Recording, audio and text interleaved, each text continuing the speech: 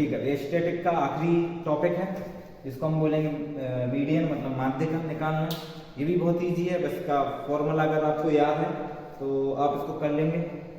चलिए, इतना डेटा आपको सवाल में दिया रहता है, आपको एक कॉलम और बनाना है, और वो होता है CF, मतलब संचयी बारंबारता। ठीक है, चलिए वो कैसे रहती है।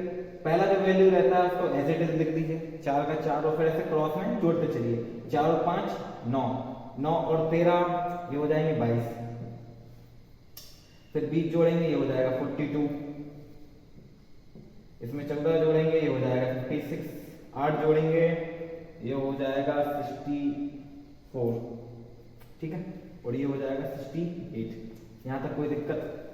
चलिए, ये जो आखिरी वैल्यू आती है ये n की वैल्यू होती है। n दो प्रकार से निकलता है, चाहो तो आप इसको जोड़ दो सबको, fi को, तो अभी आपका 68 निकलेगा। ये भी n की वैल्यू, ये जो आखिरी में जुड़ गई, क्योंकि ये तो जुड़ के आ रहा है आखिरी में, ये 68, जो जैसा भी आपको मानना है। और उसका केवल कुछ नहीं, फॉर्मूला है, फॉर्मूले में आपको रख देना है और उसकी वैल्यू हो जाएगी मीडियन का। मीडियन का फॉर्मूला क्या होता है? L n/2 - CF upon F into H। ये आपका फॉर्मूला होता है, आपको पता ही है। चलिए, L आपको पता है, अभी नहीं पता, अभी आपको पता लगाना है। चलिए देखते हैं यहाँ से। n की वैल्यू आपकी कितनी आई है? 68, ठीक है। n/2 करेंगे तो आपको कौन सी टर्म निकलेगी? मीडियन जब आप निकालते हैं, मीडियन बराबर क्या होता है? n/2। 68/2 करेंगे तो आपके पास जाएगा 34 टर्म, और 34 टर्म काय में जाएगा आपको? देखिए 22 का आएंगे 42 तक इसमें आ जाएगा, तो आपकी मॉडल क्लास तो ये आ गई, आपको f का मान ये आ गया।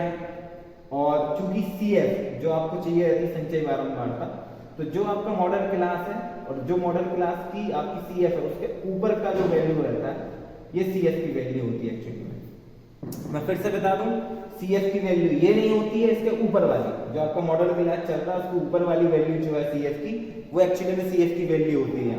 ठीक है, तो चलिए अब कुछ नहीं करना, आपको पता है ये आपका L का मान ये आ गया 125, F का मान ये आ गया, CF आपको पता ही है 22, n/2 मतलब 34, और H आपको पता है, इन दोनों को माइनस कर दो तो आपके पास H की वैल्यू भी आ जाएगी कितनी?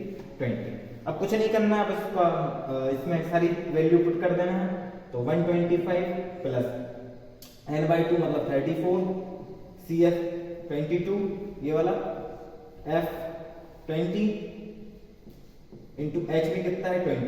20 से 20 क्या हो जाएगा? कैंसिल हो जाएगा। 125 प्लस, अब इसमें से अगर आप माइनस करोगे तो ये हो जाएगा 12, उसको आप जोड़ दोगे तो हो जाएगा 137। यही आपका है फाइनल आंसर, मतलब यही आपका मीडियन। एक बार फिर से रिवीजन करवा दे रहा हूँ कि माध्यिका निकालना है आपको, पहले सबसे पहले CF निकालनी है। CF कैसे निकलती है? पहली वैल्यू एज इट इज रखिए 4 की 4, फिर उसके बाद इसको जोड़ते जाइए क्रॉस में, इसे जोड़ते जाएंगे, आखिरी जो वैल्यू निकल के आएगी ये n की वैल्यू होती है। मीडियन इक्वल टू क्या होता है? n/2। 68/2 करोगे तो आपके पास कितनी टर्म, कौन सी टर्म निकल आएगी? 34 टर्म। 34 टर्म हम देखेंगे, ये तो यहाँ तक 22 आती है, 22 के बाद जितनी भी टर्म आएगी सब कहाँ आएगी? इधर आएगी, मतलब कौन सी क्लास में? 125, 145।